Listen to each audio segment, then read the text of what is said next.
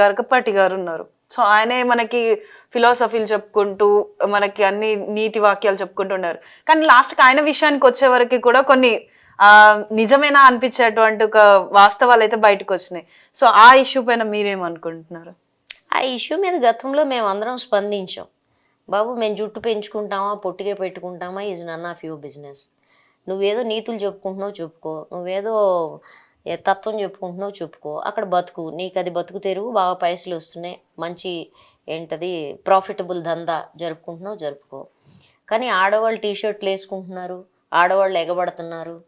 ఈ ఆడవాళ్ళు ఎగబడుతున్నారు అనేది ఆ మనుస్మృతి కాలం నుంచి ఇప్పటి వరకు ఈ తత్వశాస్త్రులందరి బుర్రల్లో వస్తున్న విషయం. అంటే వాళ్ళు ఏం చెప్పదలుచుకున్నారంటే మగాడనేవాడు ఉన్నతమైన వాడు, వాడు గొప్ప పనులకు ఉద్దేశించాడు, పాపం వాడికి కాముకత కోరికలు ఇవేం ఉండవు.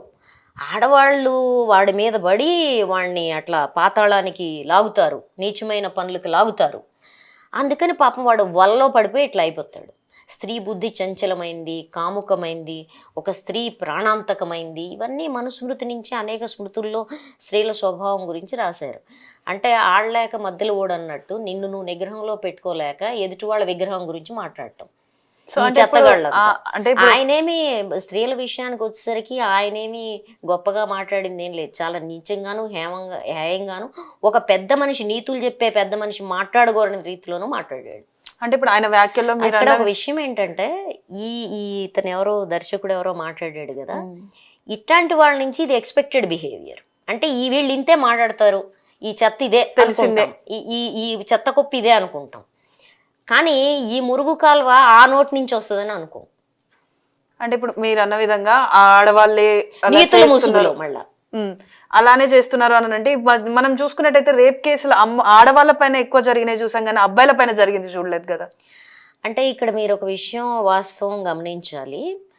మగ ప్రపంచంలో ఆ మగ పిల్లల మీద రేపులు జరుగుతాయి అనేది అంగీకరించడానికి మనం సిద్ధంగా ఉండం. అది దురహంకారంలో ఒక భాగం. ఇప్పుడు మన పోక్సో చట్టం కనుక తీసుకుంటే బిలో 18 years ఉండేవాళ్ళు మగపిల్లల మీద కూడా అత్యాచారాలు జరుగుతాయి. అదేం చైల్డ్ అబ్యూస్లో మగపిల్లలు ఏం తక్కువ లేరు. ఎబోవ్ దట్ ఏజ్, అది దాటిన తర్వాత అత్యాచారాలు చూసినప్పుడు 99.9% ఆడవాళ్ళ మీదే జరుగుతాయి. అది జెండర్ స్పెసిఫిక్ వైలెన్స్ అంటాం, మనం జెండర్ బేస్డ్ వైలెన్స్ అంటాం. కాబట్టి ఎందుకు జరుగుతాయంటే సడన్గా వాళ్ళకేదో కోరిక పుట్టేసి కామం పెచ్చరిల్లిపోయి కళ్ళు మూసుకుపోయి మదం ఎక్కి చెయ్యరు. అది స్త్రీల శరీరాల మీద మా ఆధిపత్యం ఉంది అని చెప్పడం. నేను నిన్ను రేప్ చేయగలను కనుక నేను చేస్తున్నాను, దాంట్లో ఆనందం అనేది కాదు. మగవాడిని ఏం చేస్తాం, కొడతాం, కాళ్ళు చేతులు ఎరగొడతాం. ఆడవాళ్ళని రేప్ చేస్తాం, ఎందుకంటే నీ మీద నా ఆధిపత్యం. అది స్త్రీల శరీరం మీద జరిగే రేపు. స్త్రీల మీద శరీరం మీద జరిగే రేపు ఈ ప్రకటనలకు భిన్నమైంది ఏం కాదు. రెండు ఒకే మోసలో జరిగే వ్యవహారాలు. For more videos like this, subscribe Big TV channel.